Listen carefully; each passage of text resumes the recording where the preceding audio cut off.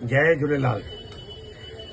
जाम खुशी जी ॻाल्हि आहे त असांजे अहमदाबाद जे केतिरनि ई झूलेलाल जे मंदरनि जो चालीहे साहिब जा पवित्र विर्त जेके हलनि पिया उहे कल्ह समाप्त थिया।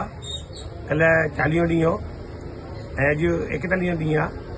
अॼु दरिया ते जोत परवान थी। कल्ह राति जो राजावीर मंदिर तरफ़ां 501 ज्योतियुनि जो शानदार जुलूस कढियो वियो।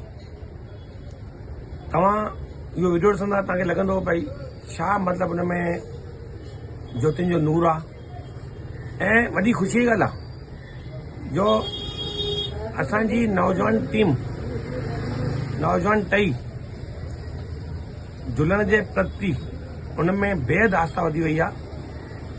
कल्ह राति जो जेको ज्योतियुनि जो जुलूस निकितो उन में केतिरा ई नौजवान छोकिरा ऐं छोकिरियूं शामिल थिया ऐं इहो जुलूस ॾिसी करे सच में दिलि गदगद पई थिए त वाक़ई जेको असां चाहियूं था त ख़ासि करे नौजवान टीम सिंधी ॿोली सिंधियत ऐं असांजे भॻवान झूलेलाल जे प्रति उन्हनि में आस्था वधे उहो सचमुच थी रहियो आहे ऐं इहो अञा अॻियां वधे, अञा उन्हनि में आस्था वधे, इहा असांखे पूरी कोशिशि करणी आहे।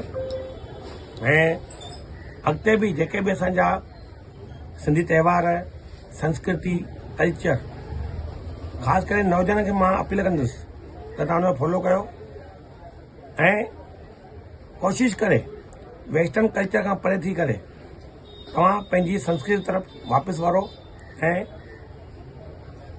घर में भी तव्हां अहिड़े नमूने पंहिंजो बीहो रखो त जीअं वॾनि खे बि लॻे त न भई अॼु असांजा नौजवान जेके आहिनि उहे सचमुच में जेकी असांजी संस्कृति आहे असांजी जेकी कल्चर आहे उन फॉलो करे रहिया आहिनि। जय झूलेलाल।